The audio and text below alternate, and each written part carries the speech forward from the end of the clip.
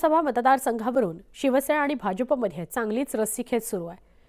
शिवसेनेलाच ticket मिळेल असा दावा विद्यमान खासदार हेमंत पाटील यांनी केलाय, तर जिल्ह्यात पक्षाचं प्राबल्य असल्याने लोकसभा मतदारसंघ आमचाच असल्याचा दावा भाजपने केलाय। परिणामी हिंगोली लोकसभा मतदारसंघ कुणाला सुटणार यावरून तिढा आहे।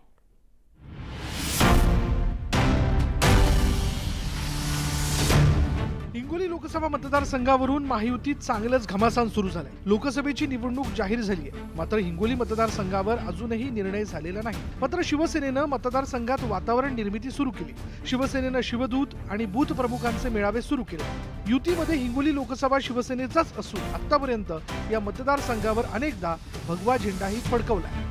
याची आठवण करून देत शिवसेनेनं कोणतीही तडजोड करणार नसल्याचं स्पष्ट केलंय। आमदार संतोष बांगर यांनीही खासदार हेमंत पाटील यांची जोरदार पाठराखण केली आहे। मित्रपक्षाला जागा मागण्याचा अधिकार आहे, मात्र हेमंत पाटील हेच उमेदवार असतील असं बांगर यांनी स्पष्ट केलं।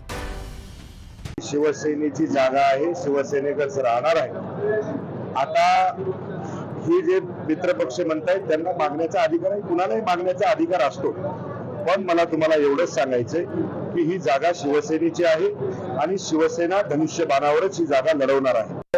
शिवसैनिकांच्या मनामधल्या काय भावना आहेत, मतदारांच्या मनामधल्या काय भावना आहेत, या चाचणी करण्याचं काम चालू आहे। या निमित्तानं मित्रपक्षाने सुद्धा ही जागा मागितलेली आहे, परंतु शिवसैनिकांच्या आपण बघितलं की मोठ्या प्रमाणामध्ये शिवसैनिक केवळ हिंगोली नाही, कळमनुरी असेल, हदगाव असेल, किनवट, माहूर, उमरखेड सर्व ठिकाणी हजारोच्या संख्येने शिवसैनिक जमा झालेले आणि शिवसैनिकांची इच्छा आहे की ही जागा शिवसेनेला मिळाली पाहिजे। हिंगोली जिल्ह्यातील आमदारांचं बलाबल पाहिल्यास भाजपची बाजू भक्कम असल्याचं स्पष्ट होत आहे। हिंगोली जिल्ह्यात हिंगोली, कळमनुरी, वसमत, उमरखेड, किनवट आणि हदगाव हे 6 विधानसभा मतदारसंघ आहेत। त्यातील हिंगोली, उमरखेड, किनवटमध्ये भाजपचे आमदार आहेत, तर हदगावमध्ये काँग्रेस, कळमनुरी शिवसेना आणि वसमतमध्ये राष्ट्रवादी काँग्रेसचे आमदार आहेत। जिल्ह्यात 6 पैकी 3 आमदार एकट्या भाजपचे आहेत। त्यामुळे भाजपनं हिंगोली मतदारसंघावर दावा केला। हिंगोलीची जागा मिळावी यासाठी भाजपचे पदाधिकारी आणि इच्छुक उमेदवारांनी पक्षाच्या वरिष्ठ नेत्यांच्या अनेकदा भेटी घेतल्या। देवेंद्रजी फडणवीस साहेबांची 4 वेळा मी भेट घेतली आहे आणि जागा मागणीची भारतीय जनता पार्टीच्या प्रत्येक कार्यकर्त्याची मागणी आहे आणि निश्चित रूपाने भारतीय जनता पार्टी जागा 100% निवडून येणार आहे।